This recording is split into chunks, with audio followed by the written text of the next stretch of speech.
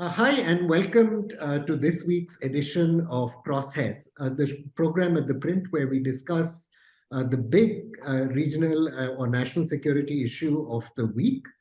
We're talking today about the Indus Water Treaty.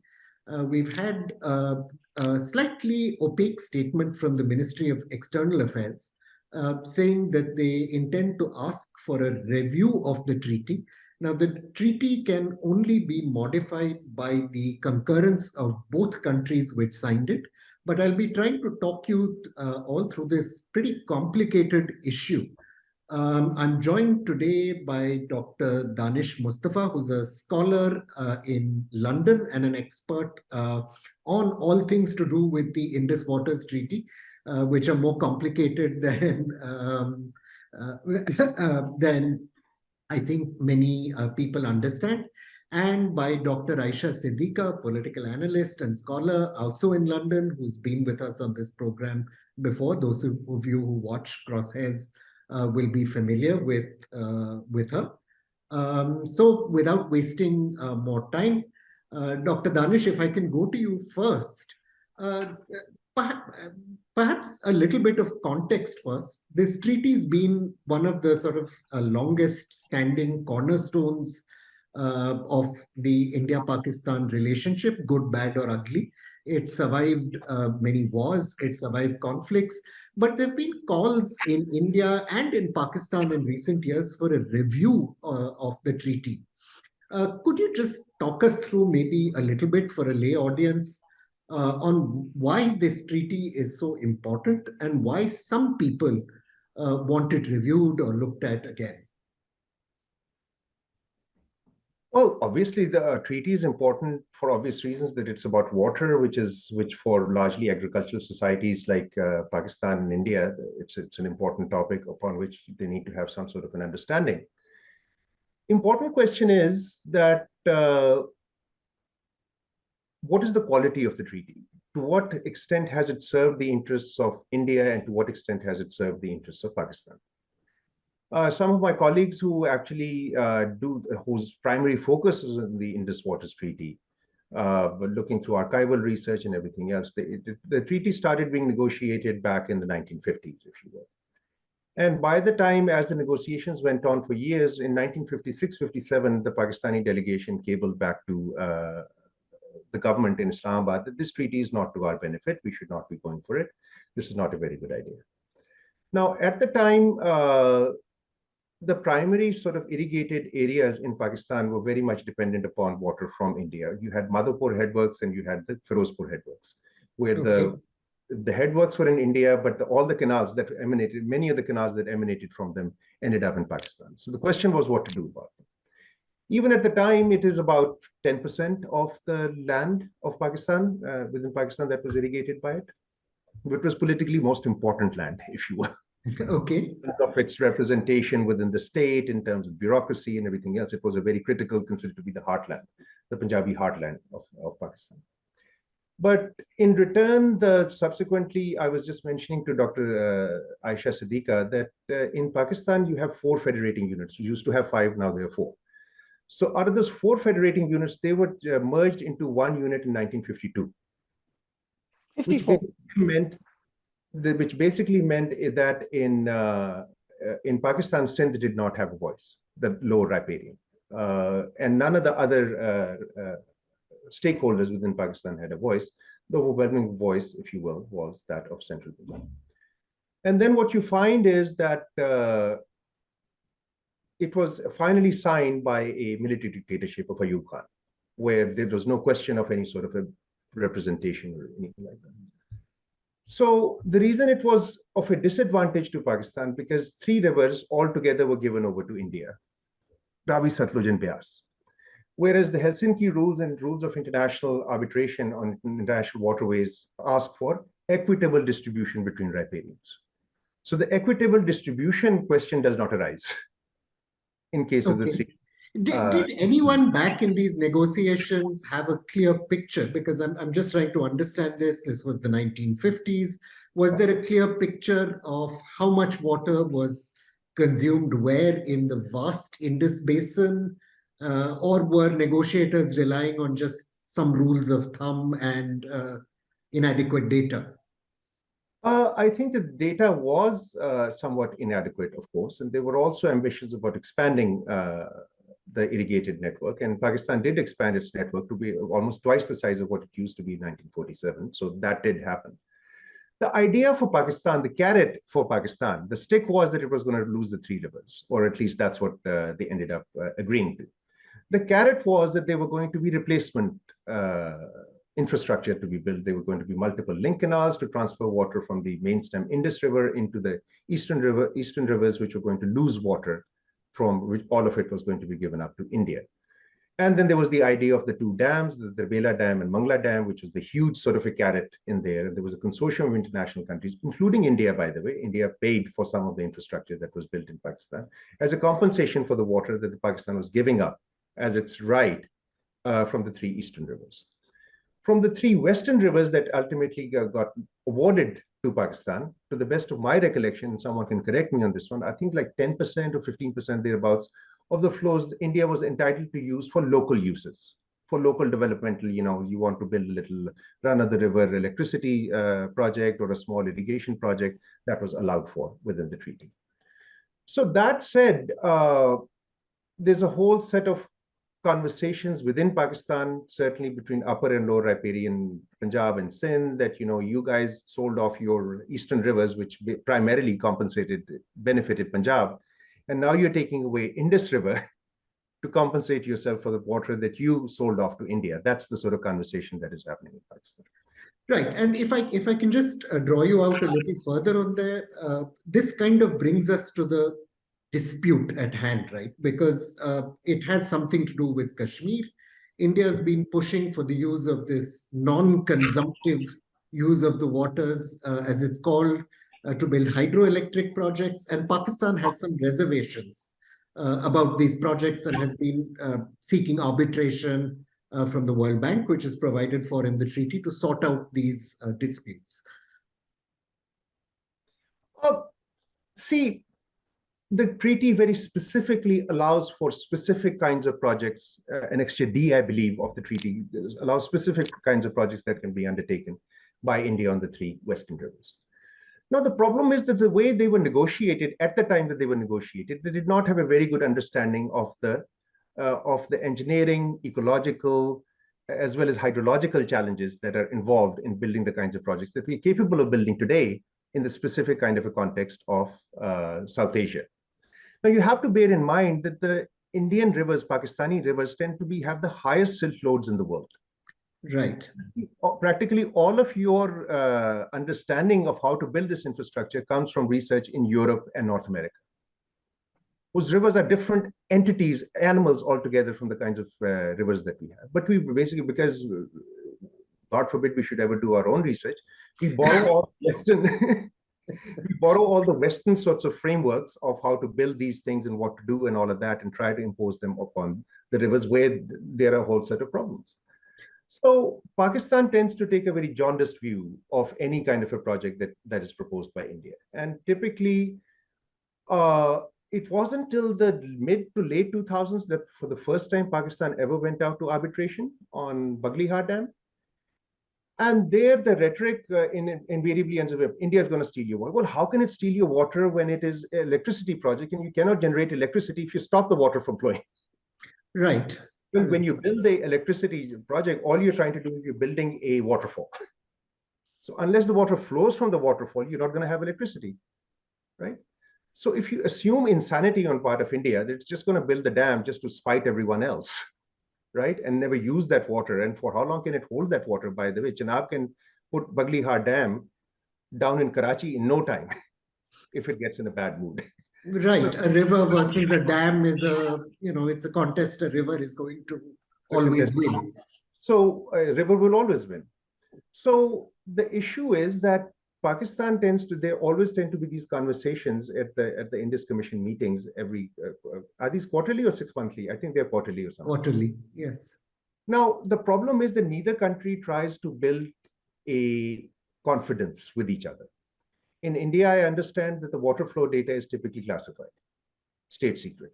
And it is state secret, not because they want to spite Pakistan, but because Indian states are at each other's throats with regard to how much water one is going to get as opposed to the other. So Indian government tends to hold that sort of data very close to their heart. So when the Pakistanis say, well, give us the data, let us show us what you're doing, show us what you're doing, and what the Indians are like, oh, well, we'll see, we'll talk about it. That's one issue. The other one is, the actual quality of data itself is quite questionable. I mean, how many gauge readers in Indian irrigation system actually go to work daily? I can promise you not many of them go to in Pakistan. And a lot of that data is problematic. So I can give you an example of Baglihar, for example. What happened there? They did not know in the 1950s that in order to build a hydroelectric dam, there's a whole issue of silt. Any sort of a weir that India and Pakistan both agreed to, that all you can do is build a wall, no regulatory structure. If you build a wall on a river like Chenab, it is going to silt up in no time. So you need to have a moving gate. So moving gate is something that is forbidden by the treaty. So the Pakistani said they were building a moving gate. They went to the technical expert. Technical expert, to my mind, there was no other decision that he could take. He said that the gate has to be there, otherwise don't build the project. Only thing was that the Indians said it's going to be at a certain height. We would have given them greater control on the flow. And this arbitrator said, move it a little higher so that you don't have as much control, and there's enough for the dam safety and viability and all the rest of it. So that's fine. It's a technical sort of a problem. In that case, and I'll just come to you in a second on this, Dr. Ayesha, but in that case, it sounds from what you're saying that both countries didn't get the deal they would have liked, but they got some deal that kind of sort of, chugged along like so many other things in South Asia. Why would India be raising objections now? Is there some kind of maneuver to try and counterbalance Pakistani objections to Indian projects in Kashmir, like the Kishanganga project? Or is this some kind of larger geopolitical conflict which India is trying to impose punitive costs on Pakistani agriculture here? What is actually going on? How do we understand this latest phase in the dispute? You talking to me? Yes. And you see, for Indian External Affairs Ministry to make a hullabaloo about it makes absolutely no sense from any sort of if they want to renegotiate the treaty, nothing would make me happier as someone who knows about Pakistani water sector and about the IWT. I think wonderful, brilliant, please do it. Because from my perspective and from anyone who's looked into the details of the project, it was hugely to the benefit of India. And at the time, the issue was, well, they had to finance, they had to provide money in order to finance the infrastructure replacement infrastructure that was built in Pakistan. So that's done now. You can't ask for that money back that you had to pay. Right. Paid for water, you paid for the water for the three eastern rivers, which are of the most economic benefit to India, right? Because all of your agricultural breadbasket is essentially Punjab, Haryana, Himachal Pradesh, and perhaps Rajasthan, right? You build the Indira Gandhi Canal, and we can't say anything about it because we have given you the carte blanche to do as you please with those rivers. Happy times. When you go to three western rivers, what can you do with them? On the Indus River, if you look at the map, are you going to build like a massive, I don't know, pineapple growing fields in Ladakh? I mean, that's absurd. There's nothing you can do with it. On the Jhelum, you can build a dam on the Uri Gorge, for example, and flood all of Kashmir Valley, and that will be the end of the Kashmir dispute because they won't be in Kashmir. Right. In Chenab, you have built the Baglihar Dam. In the bigger scheme of things, what difference does it make to the whole Pakistani water picture? It makes no difference.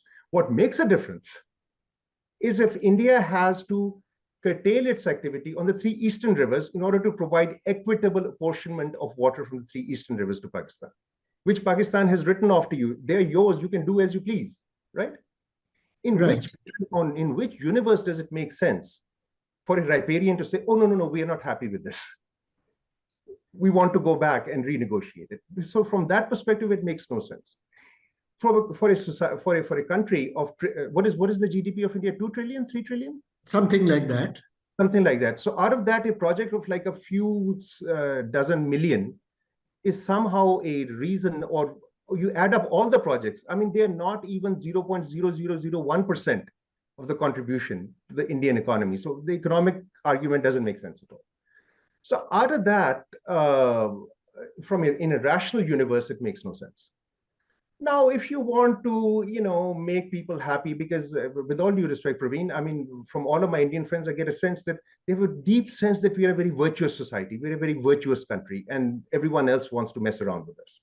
So it's such a good thing for the domestic audience, perhaps, to say, looky here, these difficult terrorist Pakistanis, look at what nasty things they're doing, and makes everyone, I mean, just look at my Twitter feed, and suddenly all the Indians are, oh my God, we're going to starve Pakistan, we're going to block you, we're going to do this, we're going to do that. I mean, just like absurd, which is neither technically possible or otherwise, you can do that. And in Pakistan, that paranoia, oh my God, you're always trying to take away our water, which is, of course, physically not possible. Certainly now that we understand the relationship between surface water and groundwater and the nature of the Pakistani agricultural sector, which is primarily dependent on groundwater, it doesn't make sense. So the bigger picture, what game Modi Saab is playing, I mean, how do you negotiate a specific clause of the treaty without opening up the whole treaty? In which legal universe does that happen? So this particular statement, to my mind, I would wish it is like my for any person who understands water in Pakistan, you're like, thank you, please do it. Except that the legal process for doing anything consequential is practically impossible, unless both countries, by the way, there are three members to the party. There is India, Pakistan, and the World Bank. All three have to agree. Okay, so after that, Modi ji, why does he do what he does? I mean, it's a mystery to many of us. So I'll bring Dr. Ayesha in. Very interesting argument from Dr. Daanish here about hyper-nationalist Indians, paranoid Pakistanis, and the way they fuel these attacks on the treaty. And we've seen a very unlikely cast of characters from both countries assail this treaty over the years. We've had people all the way from the Lashkar-e-Taiba to various Indian nationalists agreeing that this treaty is for different reasons very, very bad and hurtful to them. Can you just explain a little bit about the politics behind this on both sides? Because these allegations of water war or water injustice fly pretty thick and fast among the public. Praveen, it's the same problem as you have with your latest film, Mission Majnu. These are, which I haven't seen. I hasten to add. I have no intention of seeing either. But anyway. Which you should. Reason is that it's like taking these issues. I mean, both sides, what they tend to do is take issues, then kind of put facts around it in order to pump up nationalism in their own countries to the benefit of whoever is ruling the country. So, for instance, and that's why I made the equation with Mission Madhu, is because it talks about a very critical period of kind of during the 1980s, early 1980s, of this nuclear competition between India and Pakistan. And the film twists the facts as well. So this is the same thing happening, that, we can change the treaty, we can renegotiate it because we are powerful. I mean, there's no doubt about it that India, there is no comparison between India and Pakistan's economic performance. Pakistan is really on its knees, struggling to survive financially. India is much more comfortable. But this is not about comparative power. This is about what agreement was negotiated. And, Daanish so aptly described it.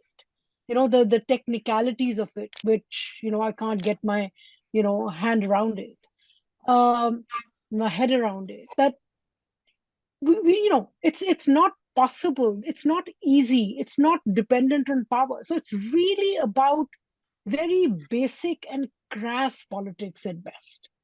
That, pump lagao, make your supporters feel comfortable, excited, and this goes on. And personally, I think that if ever Pakistan and India have to resolve their issues, this narrative of one upmanship will have to be, we'll have to do something about it. So I just want to push you on this pump lagao, dhakka do sort of attitude.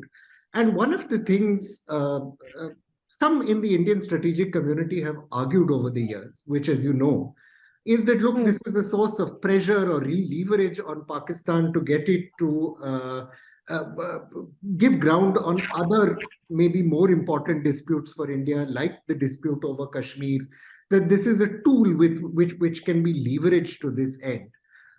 Sure. In your view, and I see this argument, by the way, parenthetically crop up periodically on either side of the border. There was a big debate in the Dawn last year saying that, we must back away from the Indus Water Treaty because it's bad for Pakistan. You've had this crop up from time to time. Is this something, a set of attitudes that, in your view, are politically resolvable? Are things like renegotiation of the treaty meant seriously, or are they just instrumental tools to try and mount pressure on the other side from time to time? I would call it instrumental tools. Look, you've had this discussion with Dr. Daanish Mustafa, and he was explained that, it's not easy to open up the treaty. So if you're not, and you're still saying hum jaake revise karenge, kholenge, then what are you actually saying? You're basically trying to pressurize. And it's so interesting and funny at the same time that, when it comes to Pakistan's economy, forget about water. Let's talk about Pakistan's economy. The minute Pakistan begins to crib and cry about bad economics, paise nahi hai, this, that, and the other, the assumption in India, especially in the strategic circles, is to, oh, now Pakistan is flat on its face, and it will, kind of, it will agree to anything and everything which India says. Pakistan, and by the way, I'm not even going to use the word resilience. I find it very inappropriate to describe what Pakistan's current conditions are. But the point is, and the fact of the matter is, that the tolerance level of the state, definitely, and even capacity of the people to tolerate hardship is fairly high. And by the way, it is high on both sides. Politically, people can take, look at the situation in India. People tolerate a lot. So Pakistan, people tolerate a lot. So you can't beat them with this water or economy stick and say they'll come around and they'll agree. So I think this politics needs to be understood. And I think, one final point for me, I think, is that this is time. This happens, these miscalculations happen because we don't know each other. And it's important that we are neighbors and yet we are not neighbors.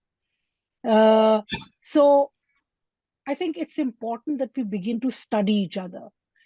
India, for all its size and its strength, needs to have specialization in its neighborhood. We do too in Pakistan. But I think this specialization is very important for governments not to make this miscalculation that where you can actually twist the other neighbors. So, as Dr. Daanish said, God forbid we do our own research. I love reading American books about India and Pakistan. It's much easier. They're better to get, and they don't involve paying salaries to academics like you guys. But Dr. Daanish, I just want to summarize, if I can, the Indian debate on this treaty, which has raged for now, 2 decades, more or less. And basically, there seems to be one school that says, led by people like B.G. Verghese, that roughly say, let's work around this. Maybe we can improve things on the margins, but let the treaty stay. And then there are other people who've been saying, well, as you said, that many of the foundational assumptions about rivers that were made were outdated. Climate change is upon us. The glaciers are receding and there will be less water in these rivers.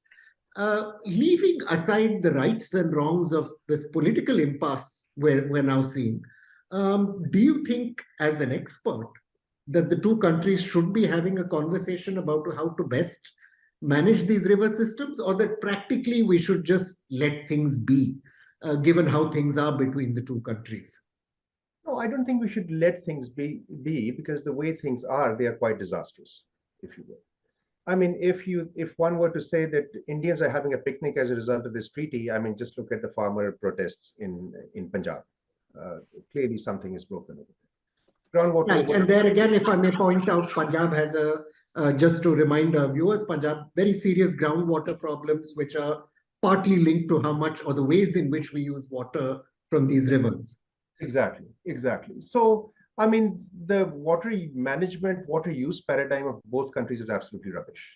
Completely rubbish. It's a 19th century way of thinking and approaching water. Again, I said, God forbid we should ever do our own research and think about our own conditions objectively, not think about, oh, yeah, the drawing room crowd of Delhi or Islamabad, that they are the ones who are going to give you the story. Just think about the ordinary person living on the banks of the Beas River, or the ordinary person living on the banks of the Chenab River. Their challenges are very comparable. It's not like this one agriculture is hugely ahead of the other. They're both confronting challenges.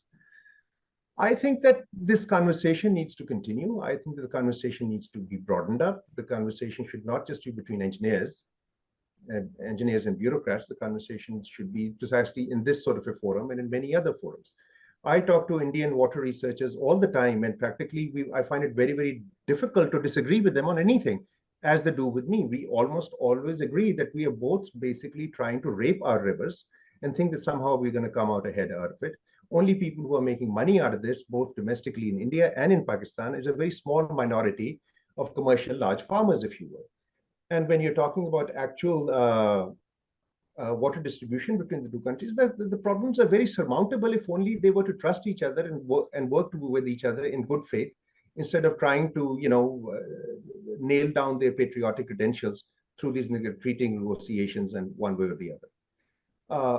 I cannot disagree with Dr. Ayesha Siddiqa that at the end of the day, we are almost not, there's a Berlin Wall between us, right? I mean, and I think that the conversation needs to happen. This is a pretty rubbish treaty to my mind for very different reasons from the ones by which Indians would say it's a rubbish treaty, or for some Pakistani constituencies would say it's a rubbish treaty. I think it's an artifact of its time. It replicated on water what had happened in 1947. It was basically a partition of the Indus River, right? And out of that partition, then the same sorts of stories that you find on land are the same sorts of stories that are being repeated in the context of water. Today, you look at water quality. Today, you look at urban water requirements. Today, you see the level of malnutrition in either one of the two countries, which is very largely driven by water. Look what happened during COVID times. Wash your hands. How many people in Delhi have the wherewithal to wash their hands every half an hour? We're talking about Delhi, right? I don't think that the proportion is going to be that much better than, say, Rawalpindi or Karachi or anything like that. So those are the challenges you need to confront. And if you're sincere about confronting them, then certainly the international conversation is part of the picture. And that requires a different, more of a South Asian paradigm of water management than replicating the Gora, which sadly we are saddled with for the past 150, 200 years. Yes. That Gora water has done us no good. We need our South Asian water, South Asian way of thinking about water. And towards that, multiple constituencies have to talk to each other. Dr. Ayesha, I was just curious. I mean, everything Dr. Daanish says is unexceptional, that we need to rethink water. We're not using water well. We're not able to provide either our farms or our cities with the water they need. But as someone who follows geopolitics and the relationship between the two countries, do you think such a serious and dispassionate dialogue is even possible? Or should we just accept that this bad deal we made decades ago is better than no deal at all, or a conflict, a renewed conflict over these three rivers, and we should just leave this now as a bad deal we made and get on with our bad deal? Let me piggyback a bit more on the Goras. and say that, we very happily use their resources to meet in Bangkok or meet in London or somewhere, try to get diplomats and people together to constantly talk about the same things. Why can't we, for a change, talk about things which really matter to our lives? You know, toward every, for the everyday life of a Pakistani or an Indian, what matters is not nuclear weapons or aircraft or fighter jets or, what weapons we use. It's water, it's pollution, it's climate change, it's what we grow. And these are the people who need to sit together. So I would say, either we use our own money, which we hate to do. Pakistan and India are two brilliant countries in South Asia. We use our own money to fight wars, but use others' money to talk peace. वो भी So उधार पे if लेते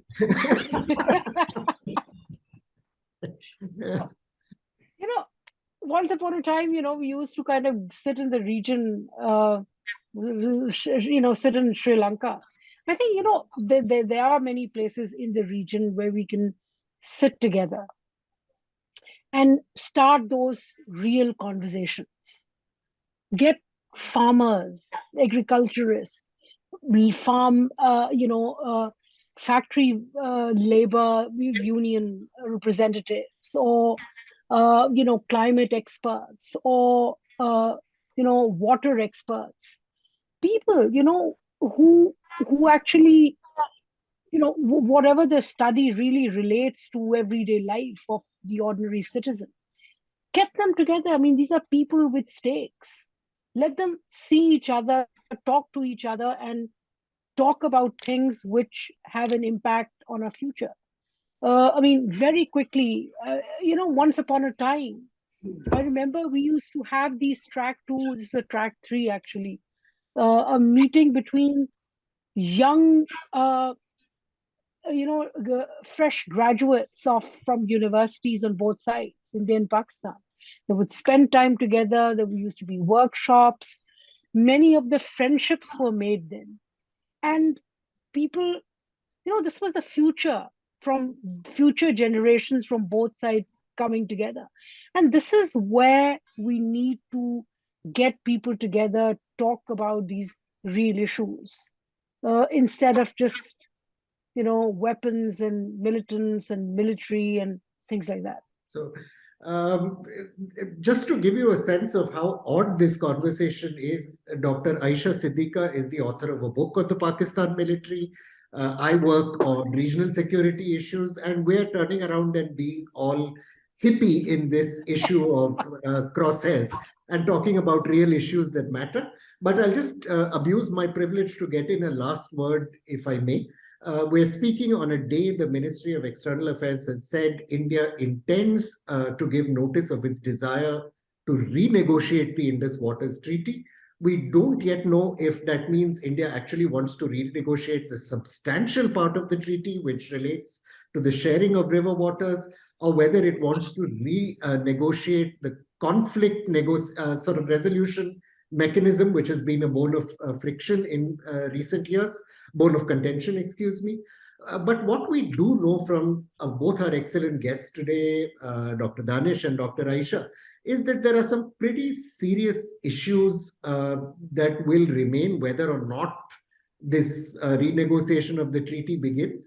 And those have to do with the way water, which is the foundation of human existence and civilization, is actually used. And even if this treaty continues or if it doesn't go, we're headed towards some pretty serious trouble if India and Pakistan don't start thinking about new and creative ways to use this resource and stop squabbling about things that seem, in the biggest picture, fairly inconsequential issues in the treaty. So thank you again, Dr. Daanish, Dr. Ayesha, for joining us. I'm aware that we've caught you in the middle of a busy working Friday in London. And I hope to be welcoming you back to discuss something other than 20-year-old issues, which we've gone over again and again. Thank you so much for your time, and look forward to having you back one of these days. The best.